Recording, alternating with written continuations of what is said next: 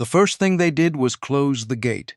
I remember the sound, not loud, not violent, just wood against wood, sliding into place behind me. But something about it made everyone inside the street stop for a moment. Not in movement, but in feeling, as if we all understood without saying it, that once you passed through that gate, the world behind you became harder to reach. People later told me Yoshiwara was beautiful. They talked about the lanterns, the silk robes, the music, the women who walked like they had never been poor a day in their lives. But that's not what I saw when I arrived. I saw girls watching me, not welcoming me, watching. The kind of look that tells you they already know something you don't. That was the moment I realized something was wrong. Not because anyone told me, but because no one did. Years later, I would learn that Yoshiwara was not built for girls like me. It was built for men. In the early 1600s, Edo was changing faster than anyone expected. It became the center of power under the Tokugawa shogunate, and with that came thousands of men. Samurai, workers, merchants, many of them alone, many of them far from home. And where men gather in numbers like that, certain things always follow: desire, money, and people willing, or forced, to turn one into the other. At first it happened everywhere. In taverns, in inns, in back rooms no one spoke about during the day. There were no rules, no system, no control. For a government trying to build order after years of war, that was a problem. But they didn't try to stop it, they made it official. The Tokugawa authorities gathered brothels into one place, gave it rules, surrounded it with walls, and turned it into something they could manage. That place became Yoshiwara, a district where everything had a price, and everything was accounted for. From the outside, it looked like a solution. Inside, it felt like something else. Because once you entered, you started to understand a different truth. The gate was not there to keep people out. It was there to keep certain people in, and I was one of them. Before I came to Yoshiwara, I thought I understood what debt meant. It meant my mother using less rice when she cooked. It meant my father speaking less and working more. It meant the quiet way people avoided certain conversations at night. I did not understand that debt could take a person. My name was Aki. No one in Yoshiwara ever used it. But that is what my mother called me when she needed help in the fields, and what my brother shouted when he ran after me with dirty hands and no shoes. We lived in a village where nothing was wasted, not food, not cloth, not time, and certainly not people. When the harvest failed the first time, my parents borrowed. When it failed again, they borrowed more. When my father became ill, they had no choice but to borrow again. The numbers were never spoken in front of me, but I could see them in everything. In the way my mother watered down soup, in the way my father stopped repairing things that broke, in the way both of them avoided looking at each other when money was mentioned. By the time I turned 13, something had already been decided. I just hadn't been told yet. The man who came to our house did not look dangerous. That is what I remember most clearly. He was polite, clean. He spoke gently, as if he understood exactly how to make people feel less afraid of what he was offering. I was told to stay outside, so I did what children do. I listened. I heard my father say very little. I heard my mother cry once, then try to stop. I heard words like advance, contract, training, and Edo.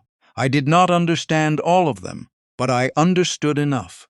When the door opened, no one explained anything directly. My mother told me I would be going to work. She said it would help the family. She said I would be fed and clothed. She said if I worked hard, I might come home. She said everything except the truth. No one said I had been sold. But that is what had happened. In villages like mine, this was not unheard of. When families had no other way to survive, daughters were sometimes sent away under contracts arranged by brokers. The family received money in advance, and the girl was expected to repay it through work. It sounded temporary. It rarely was. The night before I left, my mother packed my things. There were not many: a second robe, a comb, a small cloth she had sewn years ago. She worked slowly, like someone who did not want to finish. I wanted her to stop. I wanted my father to say no. I wanted someone to change their mind. No one did. Before sunrise, we left. My brother was still asleep. I stood beside him for a moment, looking at his face. He did not know that by the time he woke up, I would already be gone. My father walked ahead of me on the road. He did not turn around. He did not say much. When we reached the place where the broker was waiting, he finally stopped. He handed something over. Money. I did not see how much. I only saw his hands. They were shaking. That was the moment I understood something had ended. Not my childhood. Something deeper than that. The part of my life where I belonged to my family.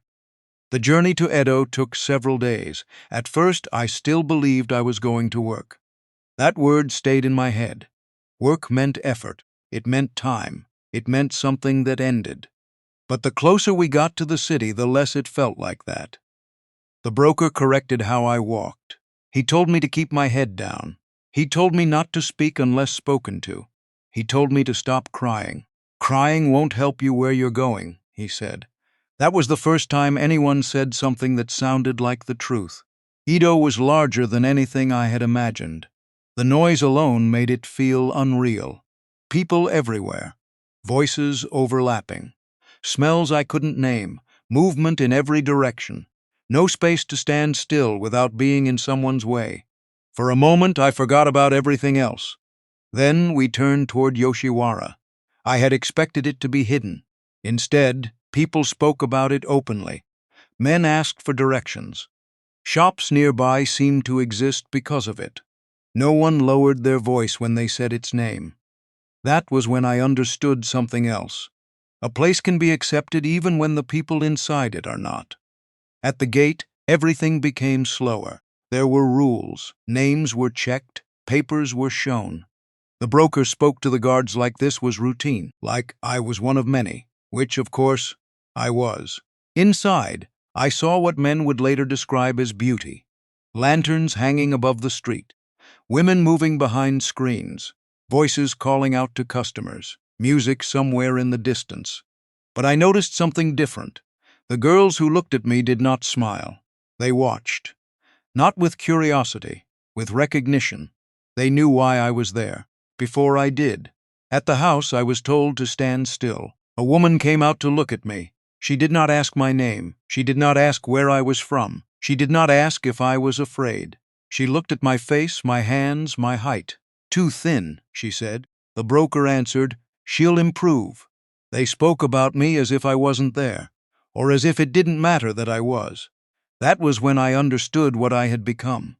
Not a daughter, not a worker, an investment. The money my family received was written down, but that was not the full amount I owed.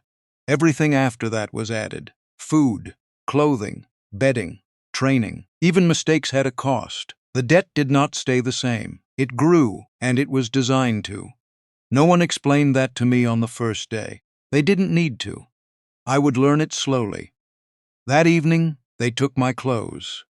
My village robe was not worth much, but it was the last thing that belonged to my life before. They replaced it with something better. That should have felt like an improvement. It didn't. Then they gave me a new name. They said it would suit me better. They said customers would remember it. They said my old name was no longer needed. I did not argue. I did not know how. But I remember thinking something very clearly. If my name could be changed that easily, then maybe nothing about me was meant to stay the same. That night, I lay awake in a room that did not feel like mine. I could hear laughter outside, music, footsteps, the sounds of a place that existed for people who had chosen to be there. And then, after a while, I heard something else. Silence. The kind that comes after everything ends for the night. That was the first time I understood the difference between what Yoshiwara was for them and what it would become for me. For them, it was somewhere to visit. For me, it was somewhere I would have to survive.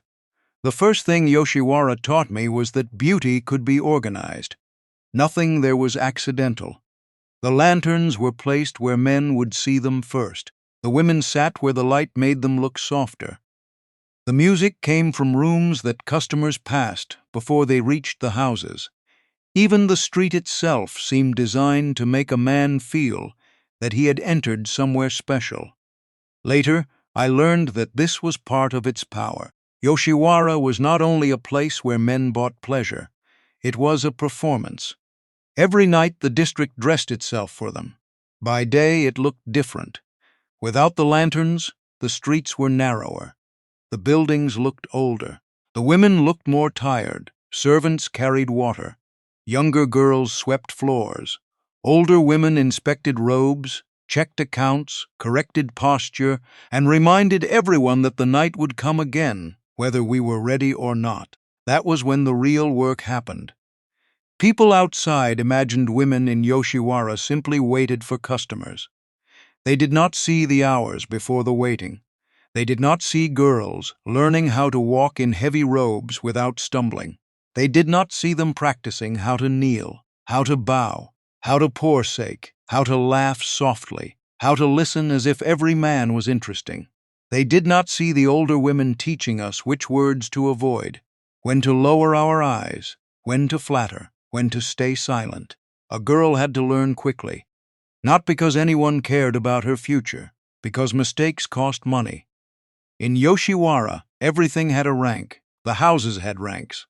The women had ranks. The customers had ranks, though no one said it so plainly. Even attention had a rank. At the top were women so famous that men spoke of them before ever meeting them. Their names appeared in conversation, in poems, sometimes even in prints. They dressed in layers of silk, wore their hair in styles that took hours to prepare, and moved through the street with attendants around them like a procession. These were the women outsiders remembered. They were taught music, poetry, calligraphy, conversation, and manners. They could entertain a wealthy customer for hours before anything else happened. Some were admired like artists. Some became symbols of fashion. Some were so expensive that ordinary men could only look at them from a distance. But most women were not like that. Most were less famous, less protected, and easier to replace. Below the beauty everyone talked about was a larger world of women who worked harder, earned less, and had almost no choice in the men who came to them. That was the part people preferred not to paint. When I was still young, I watched the high-ranking women with confusion. At first, I thought they were free. They seemed different from the rest of us. Men waited for them. Attendants followed them. Their robes were finer than anything I had seen in my village. When they passed, people looked. But after some time, I understood. Being admired was not the same as being free. A beautiful cage is still built to hold someone. The higher-ranking women carried their own burdens. They had to remain flawless. They had to be charming when tired, graceful when ill, composed when insulted, and desirable even when they wanted to disappear. Their value depended on men continuing to want them, and desire is not loyalty. It changes quickly. For girls like me, training began with obedience. I cleaned rooms. I folded bedding. I carried messages. I watched. Watching was part of learning. I watched how customers entered. Some came loudly, already drunk, wanting everyone to know they had money. Some came quietly, almost ashamed, though shame never stopped them. Some were merchants who had saved for months for one evening. Some were samurai who acted as if the entire district existed beneath them. Some were old, some were young, some were lonely, some were cruel. The older women could often tell what kind of man had entered before he said much. They noticed the way he walked, how he treated servants, whether he looked at a woman's face or only at her body, whether he drank too quickly, whether his politeness felt real or practiced. I learned to notice those things too, not for curiosity, for safety. There were tea houses in Yoshiwara, where customers first stopped before going deeper into the night. There were places for drinking, talking, arranging meetings, making introductions. Money moved quietly through many hands before a man reached the woman he came to see. A visitor might think he was simply buying an evening, but he was entering a system. There were rules, rituals, fees, introductions, gifts, debts, favors, and appearances to maintain. The district made desire feel elegant by surrounding it with ceremony. That ceremony was important. It made men feel civilized. It made women easier to sell. Music was everywhere at night. Shamisen strings, singing voices, laughter from upstairs rooms, the sound of wooden sandals on the street, cups placed on trays, doors sliding open and shut. When I first heard it all, I thought the district was alive.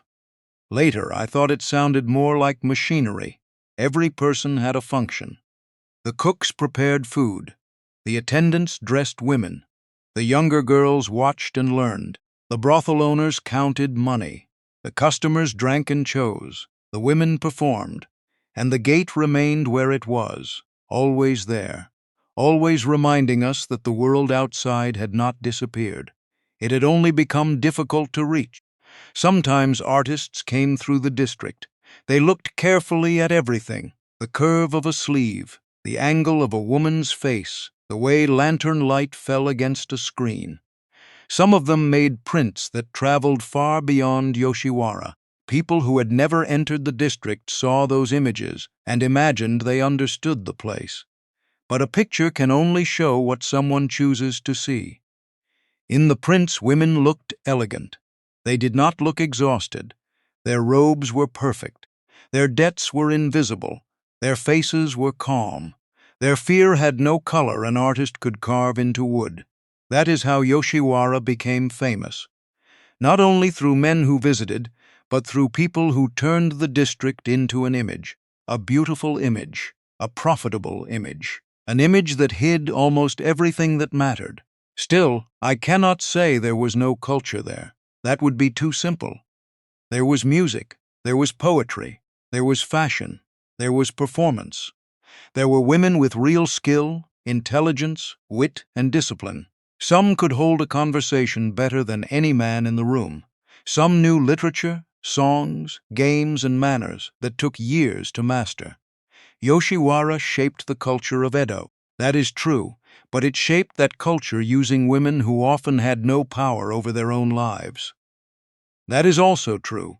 Both things existed at the same time, and that is what makes the memory difficult. If Yoshiwara had been only ugly, perhaps history would have remembered it more honestly, but it was beautiful enough for people to excuse it. The first time I saw an Oiran procession, I understood why men were dazzled. The street seemed to stop for her. She moved slowly, wearing robes so heavy they looked almost impossible to carry. Her hair was decorated with ornaments that caught the light. Younger attendants walked near her. Men turned their heads. Some whispered her name. For a moment, even I forgot to breathe. Then she passed close enough for me to see her face. Not the painted face, the person beneath it. Her eyes did not look proud. They looked practiced. That was when I understood what training could do. It did not remove pain. It taught pain how to stand upright. As I grew older, my own training became stricter. I was corrected constantly. Do not move too quickly. Do not look frightened. Do not smile like a child. Do not eat too much before being dressed. Do not speak unless the customer invites it. Do not show disgust. Do not show boredom. Do not show anger. Above all, do not make the customer feel the weight of what he is doing. That was the unspoken rule beneath every other rule. The man must feel he has entered a world of pleasure. He must not feel that his pleasure has a cost. Not to us, not to our bodies, not to the girls who arrived too young and became women too quickly. So we learned to hide the cost. We hid it under powder, under silk, under music, under jokes, under the careful lowering of our eyes.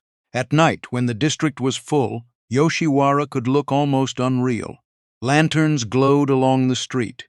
Men called to one another. Sake warmed the rooms. Songs rose and fell. Screens turned ordinary women into shadows and silhouettes. The air smelled of incense, oil, tobacco, food, and perfume.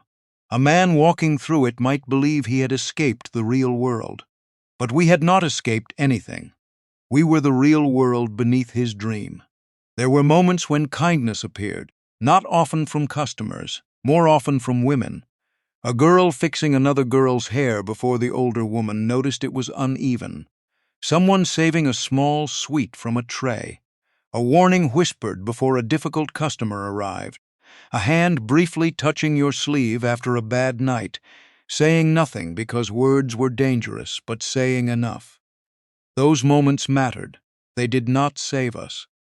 But they reminded us that we were not only what the house called us. Inside Yoshiwara, women learned to read one another quickly.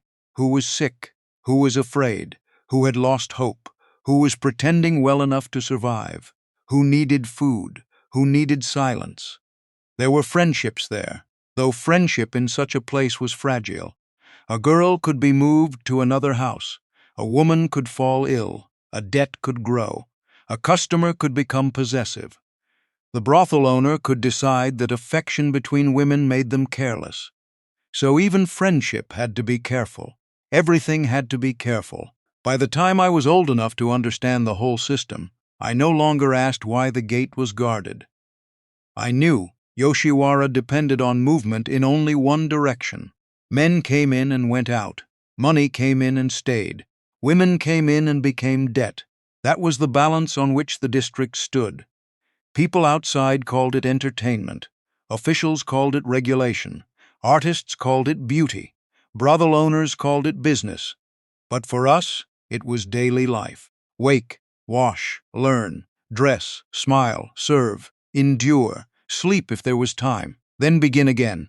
Years later, when people asked me what Yoshiwara was really like, I never knew how to answer quickly, because if I said it was beautiful, I would be telling the truth badly.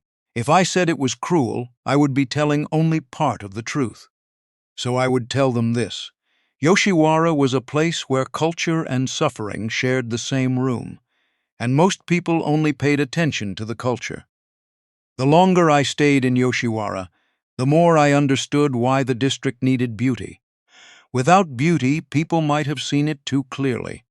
They might have seen the tired girls behind the screens, the women coughing into sleeves, the bruises hidden beneath powder, the way some of us stopped looking toward the gate after a while. Beauty softened everything for the people who came to buy it. It made the cruelty easier to ignore. By then, I had learned the routines of the house. Morning was for cleaning, washing, repairing, and being corrected. Afternoon was for preparation, hair, robes, makeup, lessons, accounts, warnings. Night was for performance, and after the performance came whatever the customer had paid for. People outside liked to imagine the women of Yoshiwara as mysterious and powerful. Some were admired. Some were famous. Some had men competing for their attention. But admiration did not erase ownership. Even the most desired woman in the room still belonged to the system that sold her. For most of us, the work was not elegant. It was tiring, repetitive, and often frightening. A woman might entertain one customer and then another. She might be expected to stay charming while ill, obedient while exhausted, beautiful while her body was failing. If she complained, she was ungrateful. If she resisted, she was difficult. If she became sick, the cost of medicine was added to her debt. That was how the house made sure even suffering became profitable. There were women who tried to run. Everyone heard stories. A girl slipping out through a side passage, another hiding in a cart, another making it as far as the edge of the district before being caught. The stories rarely ended well. Punishment was not only meant for the girl who ran, it was meant for the rest of us. A warning, a reminder. The gate was not just wood, it was a lesson. For a long time I did not think of escape. Not because I accepted my life, because escape requires a future, and Yoshiwara was very good at making the future feel impossible. Debt kept us there. Fear kept us quiet. Shame kept many of us from imagining we could return home. Where would we go? Back to the village that had sold us? To a family that had already spent the money? To a world that would look at us and see only what had been done to us? That was another kind of wall. Not built around the district, but around the woman herself. Some customers were gentle. I will not pretend otherwise. There were men who spoke softly, who did not drink too much, who paid what they owed, who treated women with a kind of careful sadness. But kindness from a customer was never the same as freedom. A kind man still left. We stayed, and there were others. Men who believed payment removed all limits. Men who arrived angry and wanted somewhere to place that anger. Men who mistook fear for obedience and obedience for consent. In those rooms you learn to leave yourself for a while.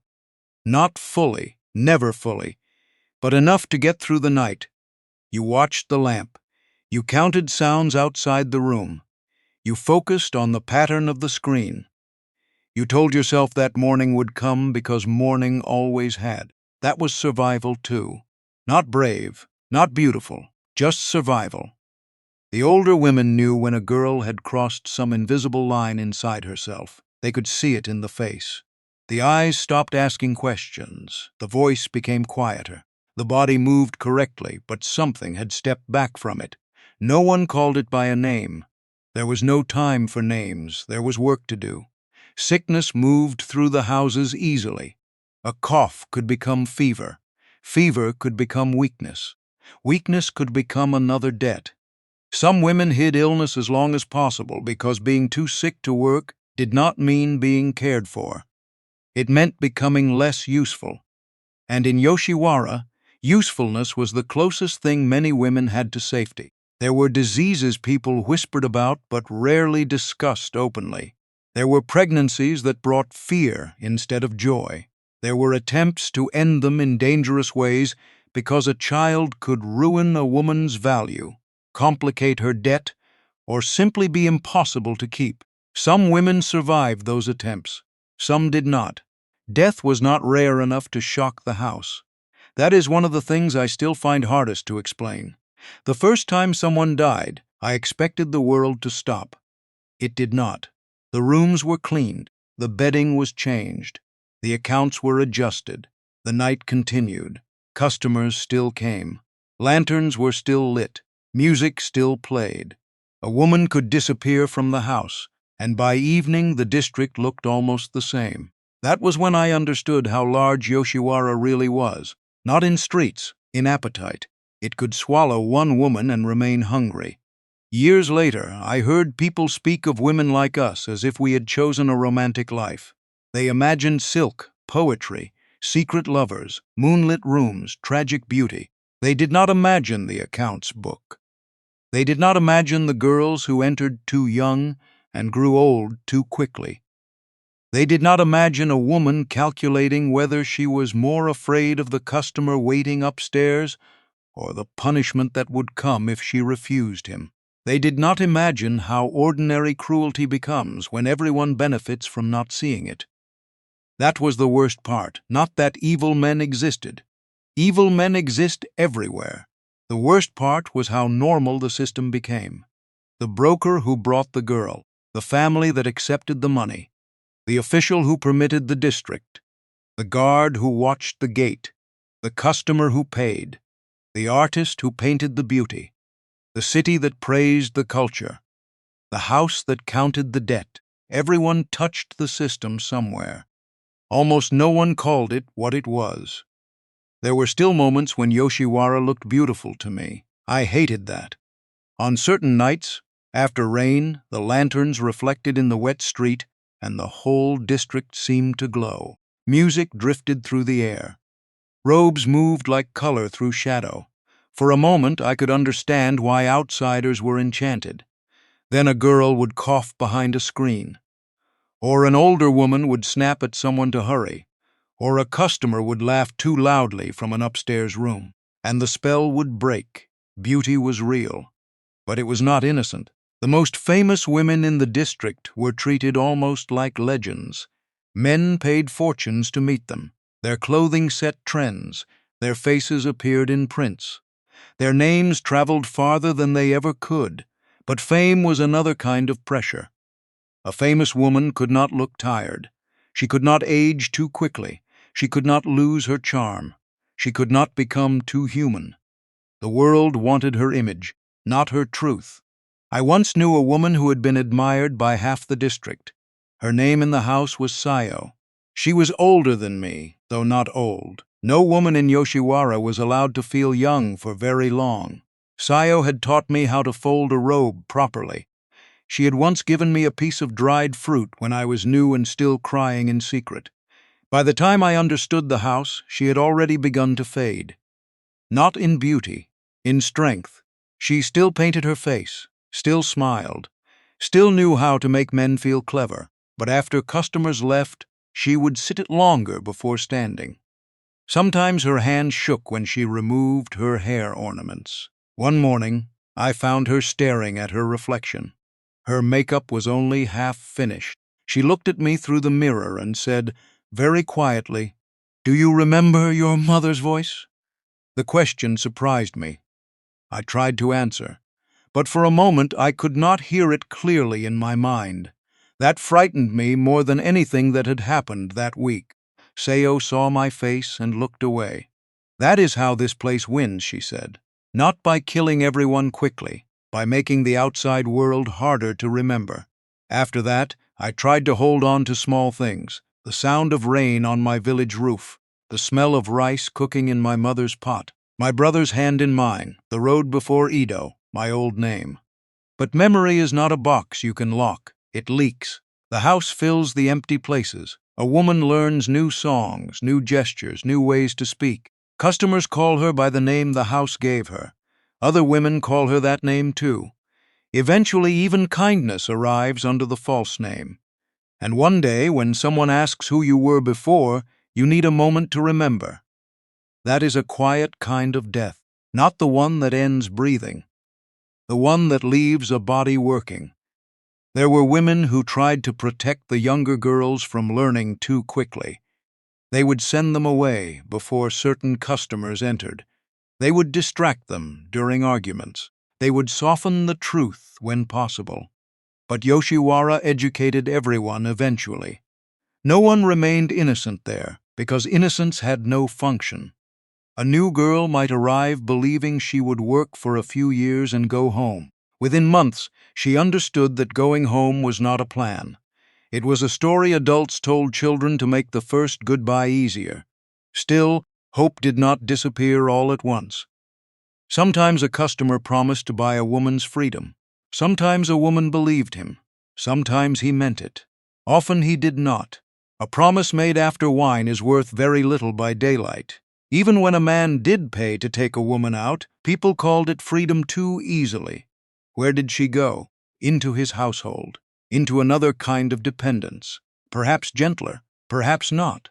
A woman could leave Yoshiwara and still not belong to herself. But from inside the district, even that could look like rescue. That was how low the measure of hope became. One evening, a girl newer than me asked whether the debt truly ended. She asked it while we were folding bedding. No one answered at first. Then one of the older women said, "Everything ends." The girl looked relieved, but I noticed the older woman did not say how. In Yoshiwara, debts ended in different ways. A patron paid. A woman grew too sick to work. A house transferred her. A contract changed. A body failed. A life ended. The paper could be closed long after the person had already been spent. The district had words for everything: contract, training, service, entertainment, patronage, debt, clean words, words that made the system easier to discuss at a table. But our bodies knew rougher meanings. There were nights when I hated the men. Then there were nights when I hated the women who managed us. Then the brokers. Then my father. Then myself for surviving in ways I did not respect. Hatred moved around because it had nowhere useful to go. But with time I understood something else. The system did not require everyone inside it to be monstrous. That was what made it strong. A father could love his daughter and still hand her over. A broker could be polite and still deliver children into debt. A customer could be lonely and still participate in cruelty. An official could speak of order while protecting profit. An artist could admire beauty and never ask what it cost. Yoshiwara was not maintained only by cruelty. It was maintained by convenience, by silence, by the willingness of many people to look only at the part that benefited them. That is why I do not trust beautiful stories when they are too clean. There is almost always something left outside the frame. For Yoshiwara, what was left outside the frame was us after the lanterns went out. Without music, without silk arranged properly, without the posture men praised, without the smile. Just women sitting in small rooms, counting pain, counting coins, counting years, counting whatever remained of themselves. And still, the next night, the lanterns were lit again. People like to believe that time fixes things, that when a country changes, the people inside it are freed with it. But change does not move evenly. Some places are carried forward, others are left behind. Yoshiwara was one of those places. When I was still young, the world outside the district began to shift. At first, we only heard about it in fragments. New ideas, new rules, foreigners arriving, officials speaking of reform. Words like modern, civilization, progress. These were not words that belonged to us. But they found their way in anyway. The Edo period was ending. The Tokugawa shogunate, which had created Yoshiwara, was losing its hold on power. A new government would soon take its place, one that wanted Japan to look different, to the outside world and to itself. We did not understand the politics, but we understood the feeling. Something was changing. The rules that had once seemed permanent were no longer as solid as they had been. And for a moment, just a moment, some women allowed themselves to hope. If the world outside was changing, maybe the world inside would too. Maybe the gate would open. Maybe the contracts would end. Maybe the word debt would stop following us. In 1872, a law was announced that was supposed to free women like us. People called it the emancipation of prostitutes. On paper, it sounded like everything we had been waiting for. Women were no longer to be held in bondage. Contracts that tied them to brothels were to be ended. For the first time, the law said that we were not property. Some women cried when they heard, not from sadness, from something closer to disbelief. Could it really be over? Could a law written somewhere outside these walls undo years of debt, fear, and survival? But hope in Yoshiwara had always been complicated, because freedom is not only about being allowed to leave. It is about having somewhere to go. Many women stepped outside the gate after that law, and then they stopped. Not because guards held them back, because the world outside did not open for them. Where could they go? Back to the families who had sold them, to villages where their names would be spoken in shame, to cities where they had no skills recognized outside the district, no money, no protection, no place to sleep. Freedom, without support, became another kind of trap. Some women left, many came back, not because they wanted to, because survival gave them no better option. Yoshiwara adapted. It always had. The system changed its language. Contracts became agreements. Ownership became employment. Debt became obligation. The structure remained. The work continued. The women were still there. To the outside world, Japan was modernizing. Railways were built. Western clothing appeared. New laws were written. The country began to reshape itself in ways that impressed foreign observers. But inside Yoshiwara, the nights were still the same. Lanterns lit the streets. Men came in. Women worked. Money stayed. The district learned how to survive change by adjusting just enough to remain acceptable. That was its strength and its cruelty. Even the idea of beauty began to shift. The traditional oiran, once the symbol of Yoshiwara's elegance, became less central over time. Their elaborate rituals were expensive and slow. A changing world demanded something quicker, more accessible, less bound to ceremony. The district responded. It always responded. New forms of work replaced old ones. New kinds of customers came. But the foundation remained untouched. Women were still entering, still being trained, still being shaped into something useful. The world outside might have been moving forward, but inside the same cycle repeated. Then came disaster. In 1855, an earthquake struck Edo. Buildings collapsed, fires spread, parts of Yoshiwara were destroyed. For a moment, it seemed as if the district might disappear. But it didn't. It was rebuilt, stronger, more organized, more prepared. Then again, in 1923, the Great Kanto earthquake tore through Tokyo. Fire and destruction reached everywhere. Yoshiwara burned, women died, buildings fell. For a brief time, everything stopped.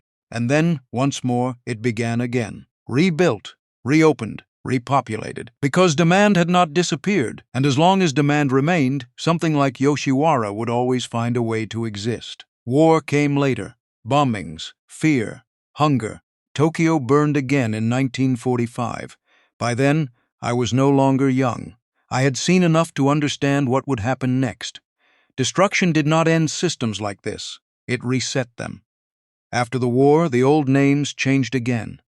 The government, under new influence, passed laws that officially outlawed prostitution. In 1956, the law was written.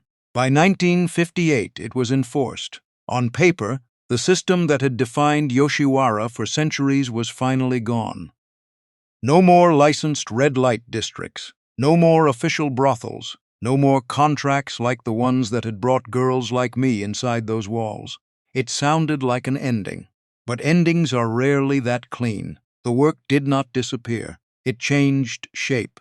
New businesses appeared, bathhouses, entertainment services, places where the law could be followed in words but avoided in practice. The names changed again, the structure adapted again.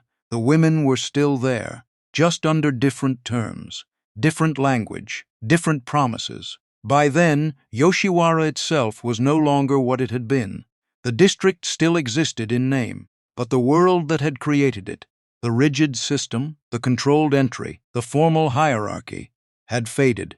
What remained was memory and traces, streets that had seen too much, stories that had been told too simply, images that had been made too beautiful. People often ask when Yoshiwara truly ended. I never know how to answer. Did it end when the law changed, when the buildings burned, when the system adapted into something new? Or did it end slowly, over time, as the world stopped needing it in the same way? What I do know is this. A system like Yoshiwara does not disappear just because a government declares it illegal. It disappears when the conditions that created it no longer exist. Poverty, inequality, demand, silence. As long as those remain, something will take its place. It may not look the same. It may not have lanterns or silk or painted faces, but it will exist, and it will still depend on people who have fewer choices than others. That is what time does. It changes the surface, not always the structure. When I look back now, I do not think of Yoshiwara as something that belonged only to the past. I think of it as something that learned how to survive the past, under different names, in different forms, waiting for people to stop looking too closely, because the truth is harder to accept than the image, and people have always preferred the image. People sometimes ask me if I hate Yoshiwara. It's a simple question, but I've never found a simple answer. When I was younger, I thought I did. I hated the gate. I hated the rooms. I hated the rules. I hated the men who came and left as if nothing they touched would follow them home. I hated the way my name disappeared. I hated the way my life became something that could be measured in money. But time changes the shape of things. Not what happened, just how it sits inside you. Now, when I think of Yoshiwara, I do not think only of what was taken from me. I think of what survived. I think of the women, the ones who taught me how to move without drawing attention, the ones who showed me how to hide fear in plain sight, the ones who shared food when there was little, the ones who warned me when a customer was dangerous, the ones who said nothing, but stood close enough that I knew I was not alone. We were not meant to be remembered, not as people, as images, as names in records, as figures in paintings, as stories told by others. But we remembered each other, and that matters more than people think. Yoshiwara was a place that took many things. It took time. It took names. It took choices. It took the idea that life could belong entirely to the person living it. But it did not take everything, not from all of us. There were moments, Small, quiet, easily missed, where something remained untouched. A laugh that was real. A kindness given without cost. A memory held on to longer than it should have survived. A refusal, even if it was only inside, to disappear completely. Those things were not enough to change the system. But they were enough to keep a person from vanishing inside it. That is something I did not understand when I was young. Back then, I thought survival meant leaving. Now I know survival can also mean enduring, without becoming what the world expects you to become, even if no one sees it, even if no one writes it down. Years after I left, I walked past the area where Yoshiwara once stood. It was quieter than I expected. Different. Not empty. Just ordinary. That surprised me. I had imagined that a place like that would leave something behind that could not be erased. Something visible, something undeniable. But cities do not remember the way people do. They rebuild, they rename, they continue. If you walk there now, you might not know what stood before. You might not know how many women passed through those streets, how many arrived young, how many left changed, how many never truly left at all. History does not always mark the places where people suffered. It often marks the places where people found beauty. That is why Yoshiwara is remembered the way it is, through prints, through stories, through the idea of elegance, through the floating world. But if you listen carefully, there is another version of that history, quieter, less comfortable, carried not in images, but in memory, in the things people hesitate to say out loud. I am an old woman now, older than I ever expected to be when I first walked through that gate. Sometimes I try to remember my mother's voice. Sometimes it comes back clearly. Sometimes it doesn't. That frightens me more than anything that happened in Yoshiwara, because forgetting feels like losing something a second time. If there is anything I want people to understand, it is not that Yoshiwara was only cruel or only beautiful. It was both, and that is what made it possible. A place does not need to be entirely dark to do harm. It only needs enough light to distract people from looking too closely. So when you hear about Yoshiwara, the lanterns, the silk, the music, the women who seemed like they belonged to another world, remember this: that world was real, but so were we, and we did not float. We stayed, we endured, and even now, long after the lanterns have gone out, some of us are still here to remember what they were meant to hide.